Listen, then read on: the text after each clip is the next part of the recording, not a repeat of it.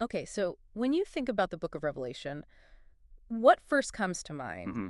For a lot of us, I think, it's just this flood of really intense images, dragons, cosmic battles, Yeah, plagues. absolutely. Scary stuff. Totally. It's got this reputation, right? Yeah. Inspiring fear, tons of failed predictions, and let's be honest, it gets weaponized a lot. It really does. It, By doomsday prophets, conspiracy theorists. seeing it as this literal roadmap to the end times. And that view right there, that's what we really need to push back on from the start. Okay. Because Revelation, fundamentally, it's not an end times manual like most people think. It's an apocalypse in the original sense. Which means, An unveiling, a revealing. It's not about when the world ends, but uh, more about what the world truly is right here, right now. interesting. Its core message, written way back in the late first century under Roman rule, it's about resistance, it's about ethical clarity, and actually enduring hope.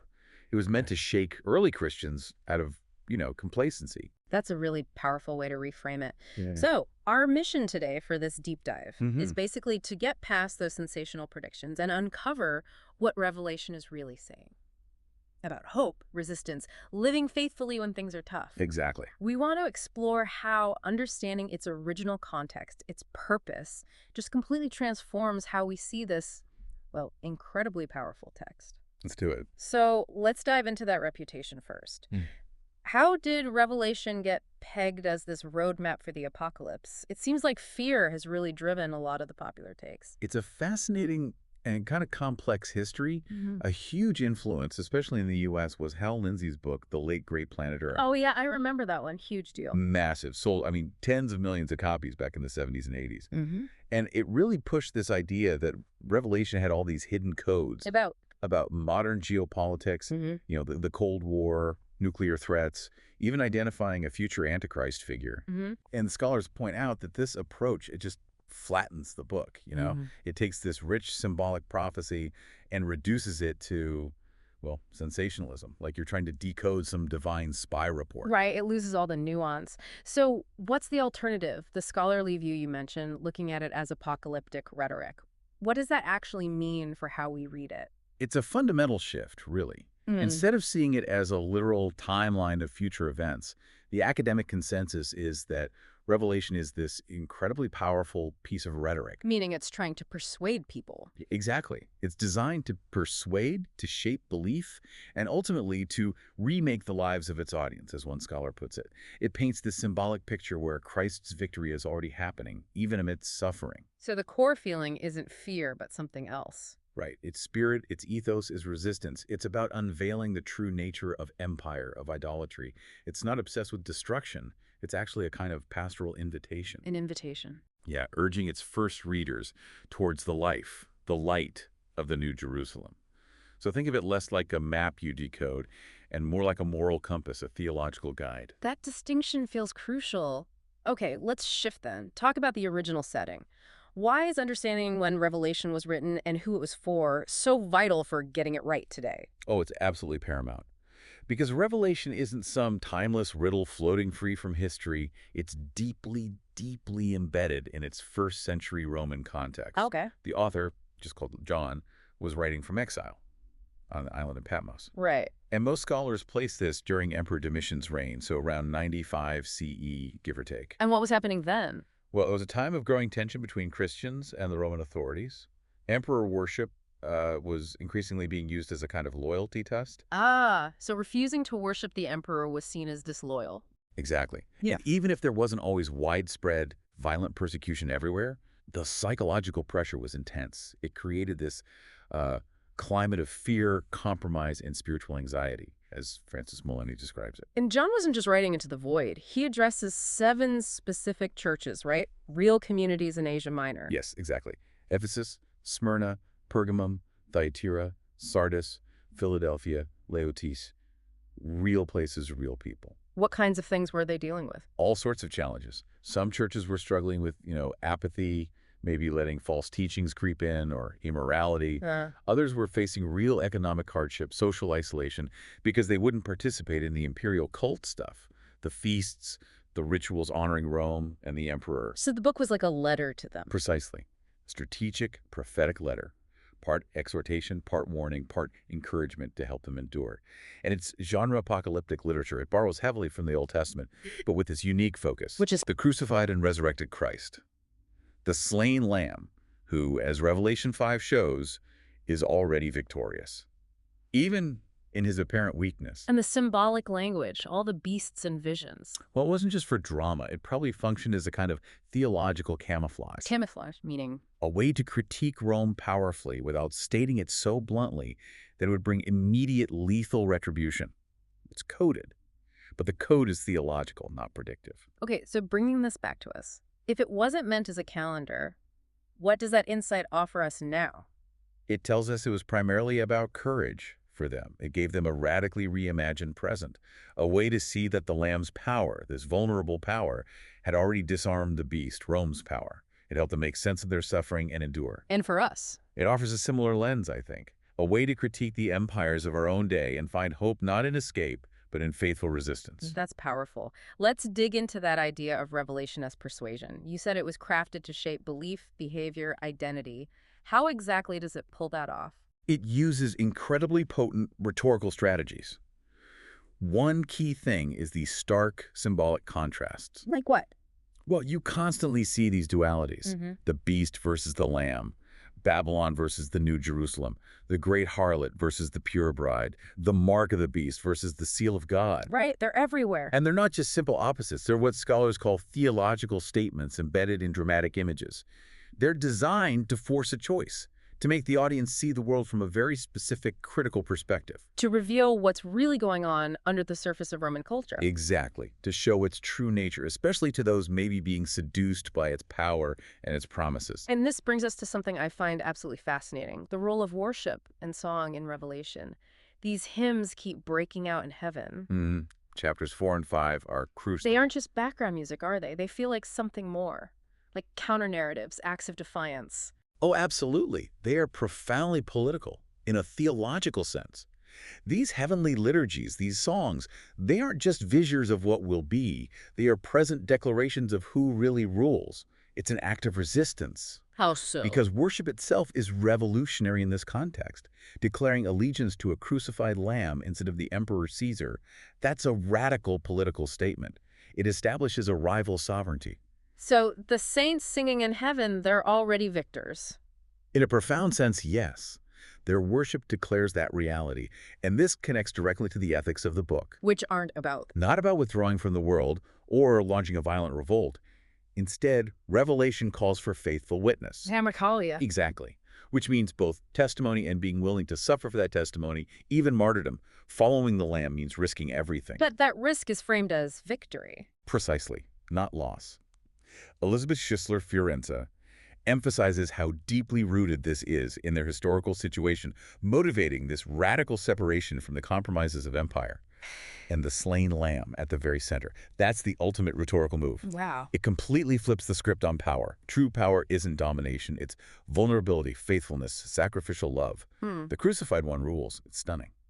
So if the Lamb rules through vulnerability, how does Revelation directly confront Rome? It sounds like more than just a story. It's a head-on critique. It absolutely is. Yeah. Revelation labels Rome Babylon the Great. And it's not just criticizing its political might. Yeah. It's portraying Rome as a spiritual force, a seduction that demands total allegiance, total conformity, essentially worship. That image of the great whore in chapters 17 and 18 is vivid. Vivid. Dressed in luxury, purple and scarlet, jewels, but drunk. Drunk. The blood of the saints. It's a devastating image. And the critique goes beyond just empire. It hits economic systems too. Capitalism as idolatry. How so? Well, Revelation 18, in its list of Babylon's luxury goods, includes slaves and human souls. Wow. Human lives as commodities. Exactly. It exposes the dehumanizing core of exploitative economic systems built on imperial power. And thinking about those early Christians, you mentioned the cultural siege they were under. How did this message speak to their daily choices? It was intensely relevant. They faced constant pressure, maybe subtle, maybe overt, to participate in civic life that was interwoven with emperor worship. Trade guilds had patron deities, public festivals honored Rome's gods and the emperor. So compromise was tempting. Hugely tempting. And Revelation makes it clear, the real battle isn't just against external persecution, the sword of Caesar. It's also against internal corruption, the lure of comfort, security, fitting in. In the mark of the beast. That fits here. Yes. It's likely not a literal physical mark. It's symbolic. It represents allegiance to the beast's system, shown through your economic participation, your public loyalties, the daily choices that put empire before God. So thinking about our own time, what's the takeaway? How does this ancient critique of Babylon apply now? Well, it suggests Revelation's political theology is perpetually relevant, wouldn't you say? Yeah, it feels that But way. it maintains this radical stance. Yeah. You cannot serve both God and empire. Full stop. So it critiques Mm. nationalism? Nationalism draped in religious justifications, yes. Exploitative economic practices that treat people as disposable. Spiritual complacency that makes peace with injustice. Revelation shouts through its visions that another world isn't just possible. It's already breaking in. Exactly. It's already here in the reign of the Lamb. Okay, let's tackle the big one, the misinterpretations. This book has been twisted so often, leading to fear, weird predictions. Why is Revelation so easily distorted? A lot of it comes down to a particular way of reading, a kind of rigid literalism, especially popular in modern times. Where did that come from? Its more recent roots are often traced to 19th century premillennial dispensationalism. Thinkers like John Nelson Darby. This framework reads biblical prophecy, especially Revelation, as a detailed chronological blueprint for the future. It breaks history into distinct ages or dispensations. You're into hell, Lindsay. He massively popularized this dispensationalist reading with the late great planet Earth, applying the symbols directly to modern events, nations, technologies. Which leads to Fear-mongering, often. Trying to pinpoint the Antichrist, predict the date of the rapture or the final battle. And sadly, it can also lead to a kind of disengagement from current social problems. Why polish the brass on a sinking ship, right? Right. If the world's ending soon anyway. So how does scholarship counter this? Primarily by emphasizing genre. Revelation isn't a coded history book of the future. It's apocalyptic literature. It's symbolic theology. So the beasts aren't literal dictators. No. They represent corrupt, oppressive power systems, think empires, abusive governments, and the 1,000-year reign, the millennium. Likely symbolic of Christ's complete triumph, his reign now through the church, not necessarily a literal 1,000-year period on earth. Even early figures like Augustine saw it more symbolically. So these images, they do more than just convey data. Absolutely. As Rick Griffith points out, they convey information, yes, but they also impart values. They arouse emotions. They're meant to shape how you feel and respond to the world. Literalism just misses that whole dimension. What's the deeper problem with insisting on a literal code-breaking approach? Well, sometimes it can foster what some call hermeneutical arrogance. The belief that you have the secret key, you've cracked God's code. This can lead to pride, division within communities, and, as we've said, a lot of fear. And it misses the point. Completely misses the ethical point. Revelation aims to remake the lives of its audience, to inspire faithful living now. It's not primarily about satisfying our curiosity about the future. A responsible reading embraces the symbolism, the holy vision, and asks, how does this challenge me to live differently today? Okay, despite all that intense imagery, the beasts, plagues, battles you said earlier, Revelation is ultimately hopeful. Why? How does that work? Because the story doesn't end with destruction. It ends with restoration. The final vision isn't fire and brimstone. It's a river of life flowing from God's throne. Revelation 22. Exactly. As Francis Maloney puts it, the book was written to encourage faithfulness in the midst of time, not just at the end of it. It gives a model for enduring. So hope here isn't about being beamed up and escaping. No, hope is resistance. It's the deep conviction that even when the beast seems all-powerful, even when things look bleak, the Lamb has already won.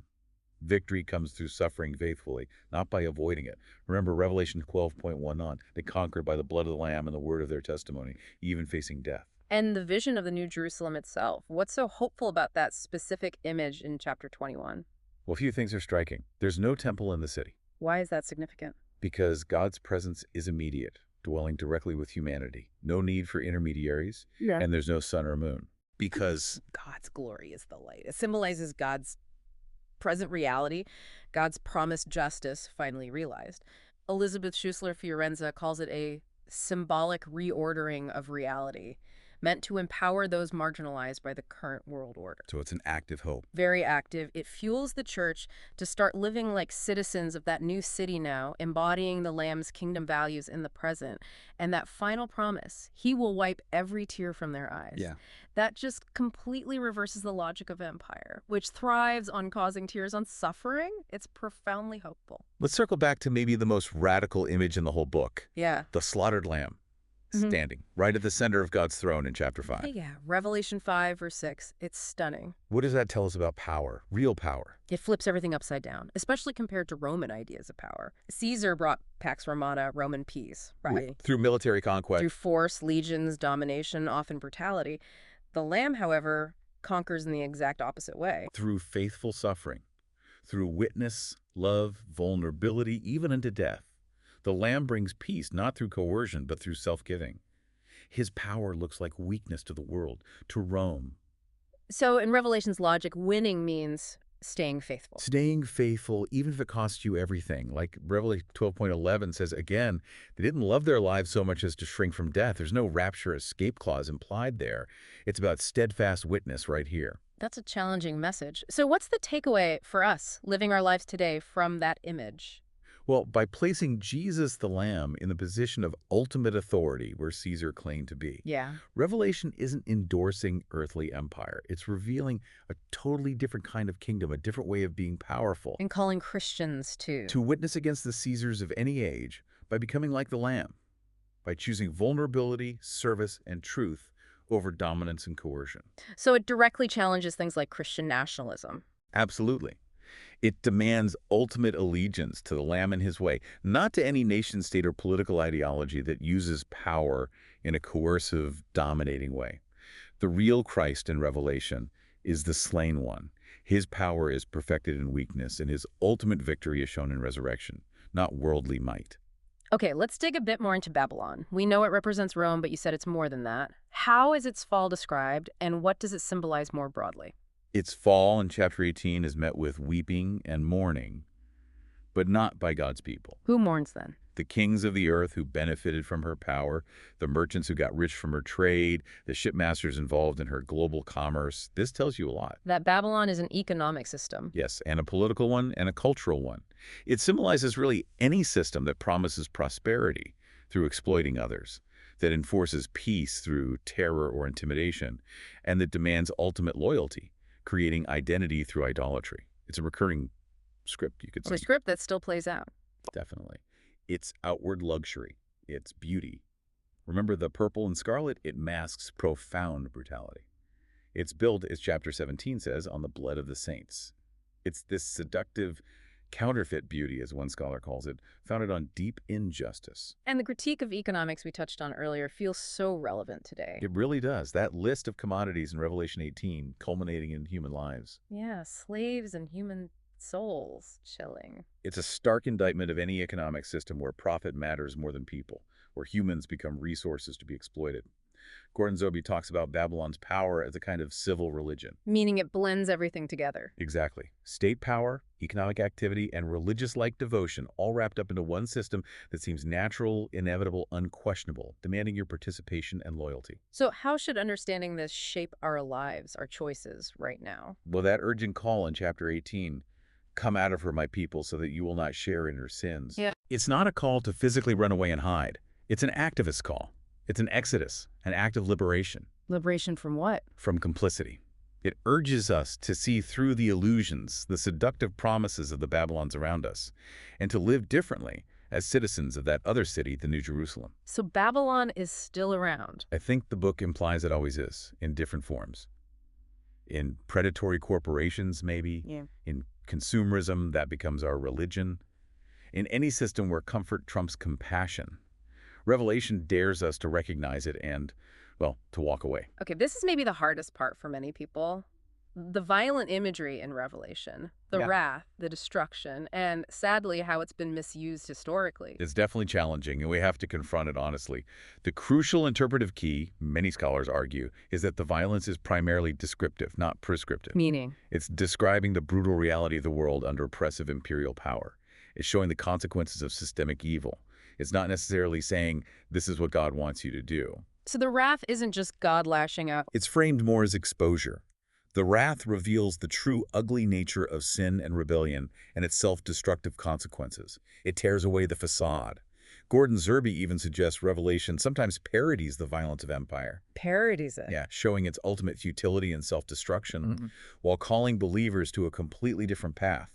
Conquer through witness, through love, through faithfulness, like the Lamb. Again, Revelation 12:11.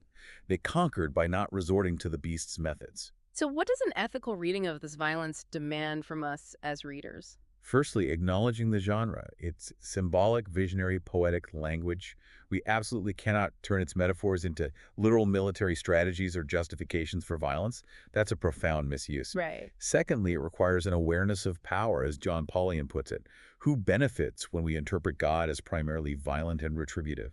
Often, it's those who want to wield power violently themselves. So hope should guide interpretation. Hope must govern our reading, not fear, and certainly not bloodlust. We have to resist interpretations that lead to dehumanizing others. How does this guide us today, then, when we hear apocalyptic language being used? We have to be incredibly critical. We must resist anyone hijacking Revelation's language to stir up fear, hatred, or aggression against any group. The ultimate ruler in this book is the Lamb, defined by mercy and self-sacrifice, And the church's role. is to be a community of witness, reflecting the Lamb's character, not an army seeking earthly power through coercion. And remember how the book ends? With an invitation. Exactly. The Spirit and the bride say, "Come." Rev 22:17. It ends with a call to life, a voice of grace, hospitality, healing, not a final threat. It feels like we've been on quite a journey. Thinking back on everything, Revelation isn't just about the end times, is it? It's like a mirror, Hmm. a call, a vision, maybe even a wound sometimes, but also a promise. It feels like it's fundamentally about the world we're in right now Exactly. and how we're called to see it differently with, as you said, unveiled eyes. That's perfectly put. We are in many ways still living in Babylon. Empire just changes its masks, right? Maybe it looks like Wall Street, maybe nationalism, maybe militarism, maybe even certain forms of religion like the prosperity gospel. But the underlying dynamic. The beast remains, you could say, that dehumanizing machine that demands allegiance and crushes dissent. And Revelation's call isn't to somehow escape all that, But two. to endure within it, to bear faithful witness, to, as the psalmist said in a different context, sing our strange and sacred songs in the shadow of its towers. Believing the Lamb still reigns. Believe in the Lamb still reigns, not off in some distant heaven somewhere, but right here, right now. Wherever the lowlies are lifted up, wherever truth gets spoken in the midst of lies, wherever love refuses to bow down to fear, that's where the Lamb's victory is seen. So that final invitation, the Spirit and the bride say, "Come," it's not really about fleeing the world. I don't think so. I think it's an invitation to come to the life-giving waters, yes, but also an invitation to join in the work of transformation, to participate in the healing of the nations mentioned right there in chapter 22. Wow. So this deep dive, it suggests we shouldn't be trying to decode Revelation signs like some puzzle, Right. but maybe we're called to become the sign, to live as if the new creation, that new Jerusalem, is already breaking into our world right here. Because in Christ, the book argues, it is. That leaves us with a pretty provocative thought then, doesn't it? How might really embracing that perspective, seeing Revelation not as a prediction but as a call to embody hope now, how might that change the way you navigate the challenges, the temptations of your own Babylon today?